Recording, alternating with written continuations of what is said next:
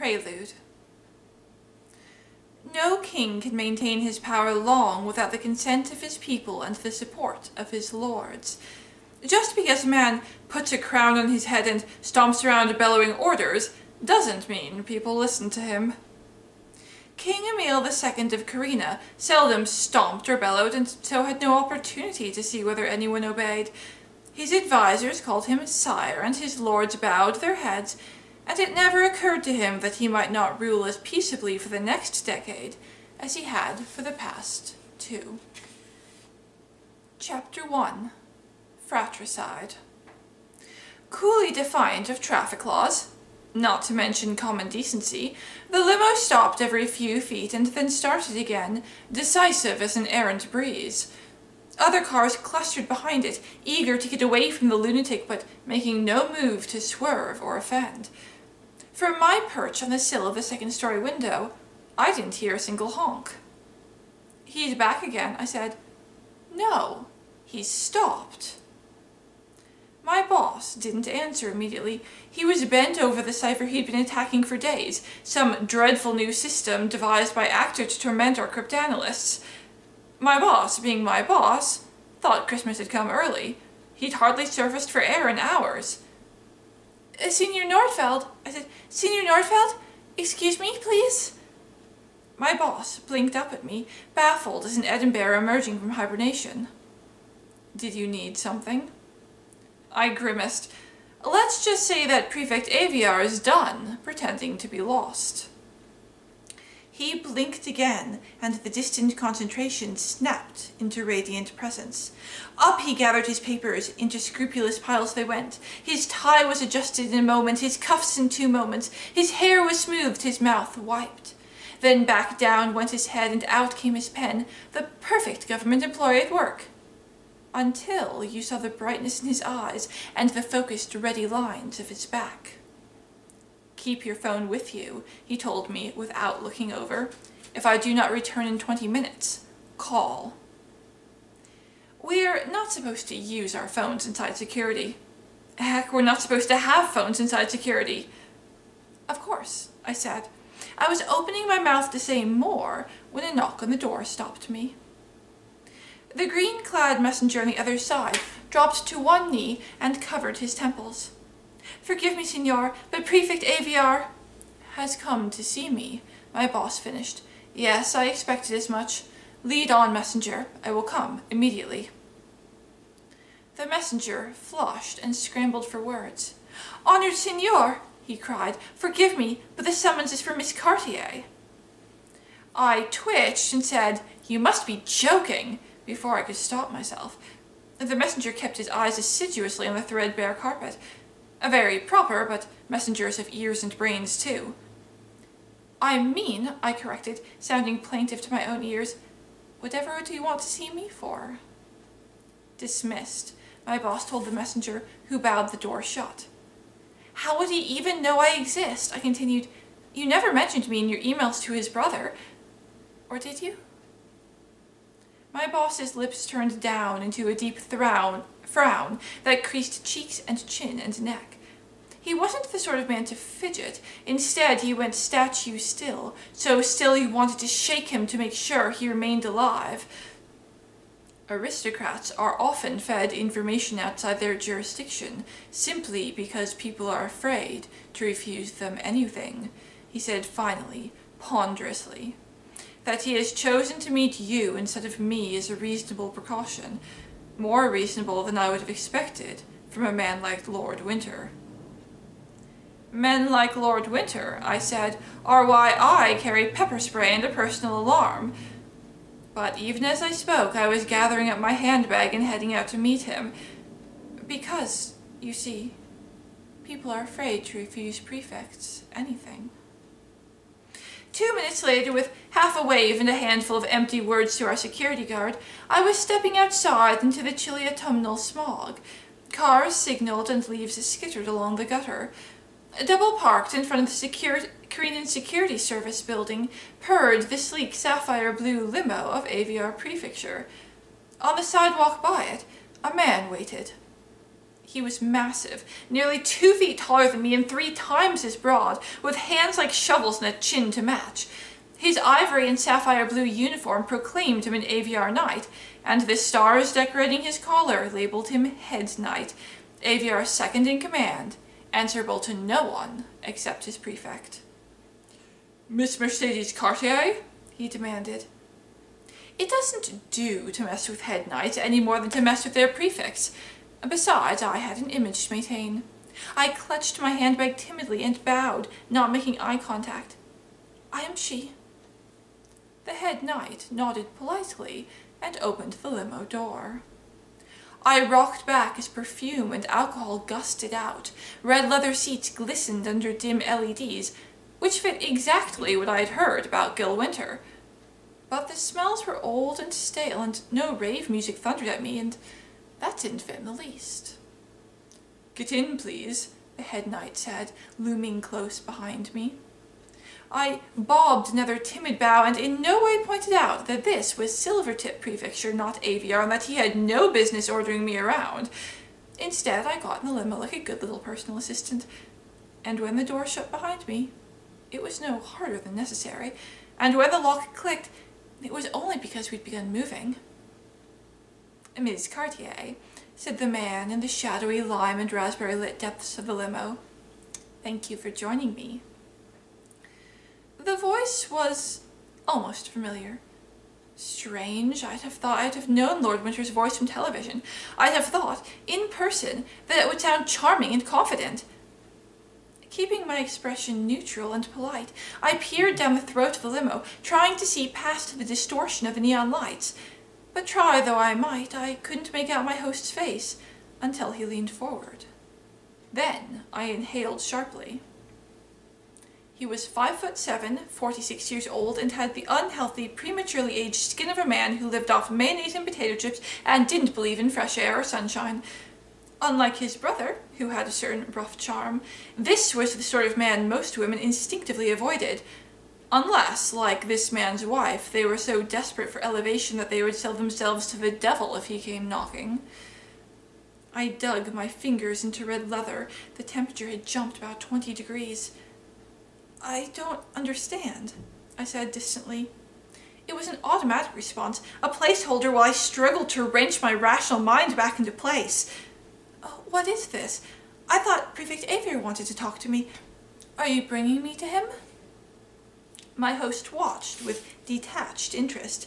Dim lights carved out the hollows around his eyes and stained his teeth.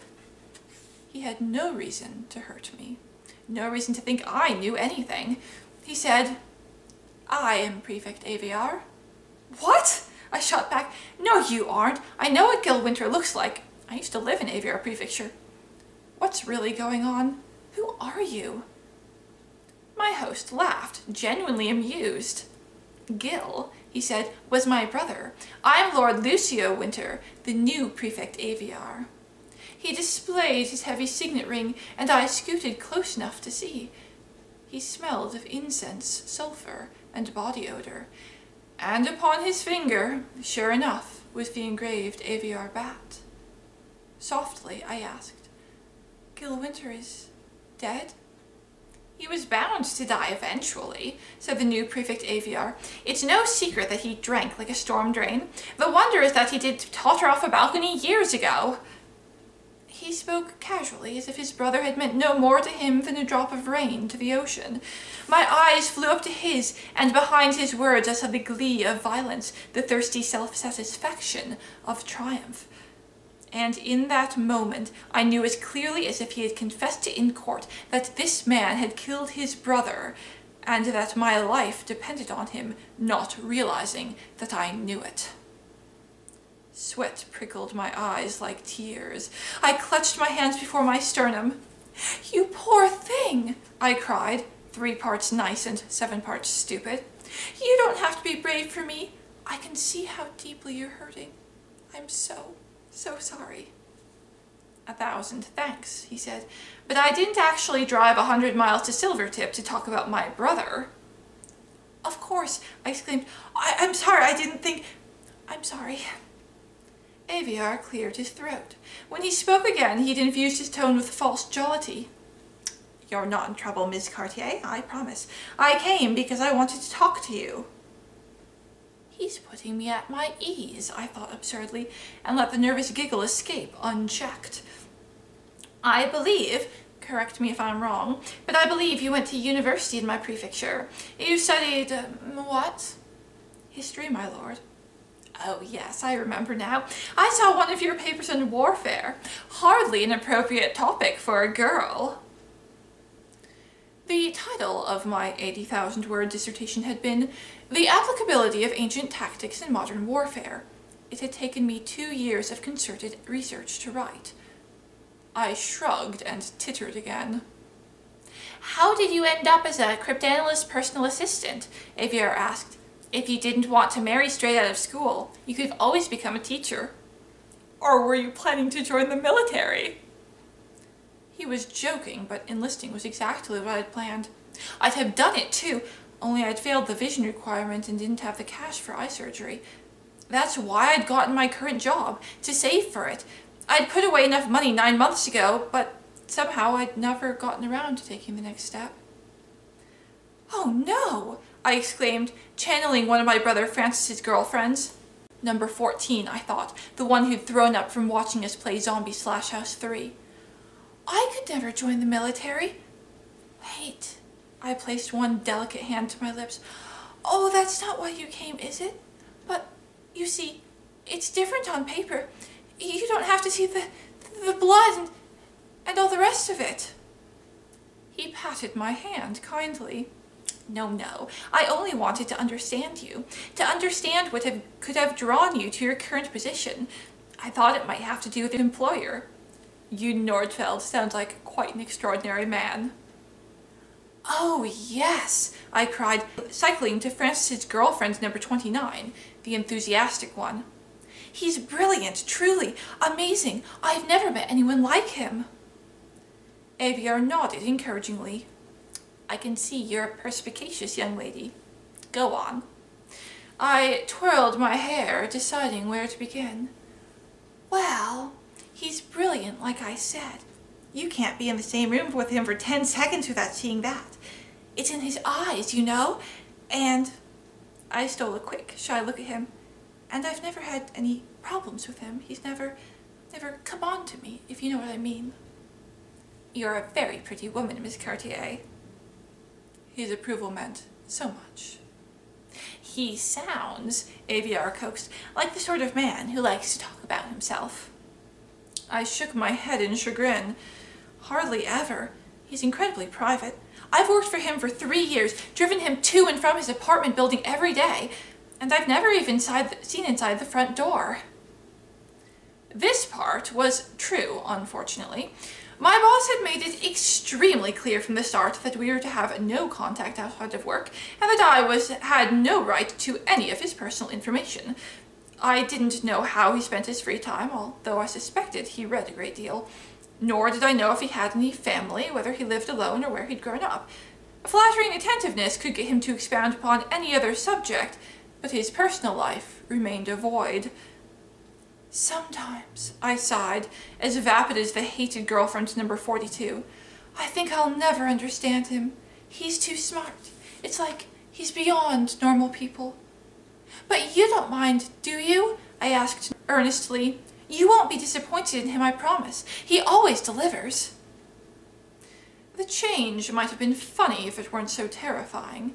In an instant, Aviar went from friendly to draconic, tension stretching his torso taut and contorting his fingers into claws. His voice rattled harsh and low, and I shrank from him as he demanded, "What has he told you?" I thought, I stumbled, fighting to keep my real alarm separate from the pretense. I thought that's why you wanted to talk to me, because you want to hire him to break codes and ciphers for you. And I'm sorry, I won't say a word, I promise. Please don't be angry with me. Aviar's expression cleared as I spoke, and he resumed his avuncular guise by patting my hand again. Quite all right, Miss Cartier. I'm not angry. I should have known you'd guess. I said you were perspicacious. I went weak at that, as much in real relief as in false, but he pinned me back down with a frown. "There is one other matter," he said, and steadied his nerves with more patting. "It's awkward and embarrassing, but during your time in Aviar you must have heard the slander my enemies spread about me, the nonsense about demonology." I had, as it happened, frequently. One of my classmates had grown up in the neighborhood of Aviar Manor and had told us about the time her beloved dog had disappeared, along with every other pet in a half-mile radius. I also had on good authority that Lucio's obsession was the reason Gil had originally been the one chosen as prefect, although Lucio was the older brother. There hadn't been any recent scandals, so Lucio must have learned caution. But since my boss had contacted him by posing as an expert on a demonology forum, I suspected caution was the only thing he'd learned. "It's fine," Aviar assured me. "I'm used to it. Their lies have even proven somewhat useful, because I end up hearing about the crazies who really are interested in such superstitious nonsense. You'd be shocked at how respectable some of them seem before you know the truth about them. I even heard that Yoon Nordfeld—" I snatched my hand back. "How dare you!" I didn't finish. "You didn't have to!" I cried, too enraged to respect the rules of rank. "And if you think for one moment that I will sit here and listen to you slander the most respectable, gracious, gentlemanly man on the planet, then you can think again." He never mentioned— "Certainly not, and I'll thank you to keep your nasty implications to yourself. For shame." Aviar studied me, taking in the heaving chest, the brimming indignation, the righteous offense, the way I didn't shy from eye contact. "My apologies," he said at last, "but as prefect I must ask these things." He leaned back and tapped 3 times on the driver's barricade. I slashed my furious glare over to the seat opposite, squeezing my handbag hard as the limo slowed. "I hope," Prefect Aviar said as the limo settled to a stop, "that you'll keep this conversation privileged." "I know my duty," I flashed at him, and then relented from anger to mere stiffness. "I didn't mean to offend you, my lord.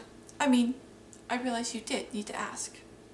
"I did," he agreed, "and I thank you for taking a weight off my mind. Have a nice day, Miss Cartier." "You too, Prefect, and I am sorry about your brother." The limo door opened and golden white light rushed its rhombus upon the seats. I scooted down and let the head knight hand me out of the neon-lit stale smoke and onto the sun-warmed sidewalk. After nodding politely, I walked directly back to the Korean Security Service building, not looking around until I reached the door. Then I paused and watched the limo drive away, a glittering sapphire worm among black beetles. I wasn't feeling wistful, I just wanted to make sure it really left. It did, and I went in. There is something wonderfully calming about the ritual of making tea, although I slopped boiling water onto the tray and rattled cups in their saucers. That's adrenaline for you, terribly inconvenient when it's not busy saving your life. Anyway, a little hand trembling didn't matter, not now that Aviar couldn't see me. So I let the cups clatter as I carried the tray back to the office and set it on the desk. My boss took one look at me and said, "Something is wrong." I'd eat glass before looking foolish in front of him. I sat on my hands so I didn't jiggle, and I gave a full report. My memory's not perfect, but I wouldn't be forgetting that conversation for a long time. "Did he suspect you?" my boss asked when I was done. "No." "You're certain?" "I'm certain." He relaxed back into his chair. "Good. Then we can proceed as planned."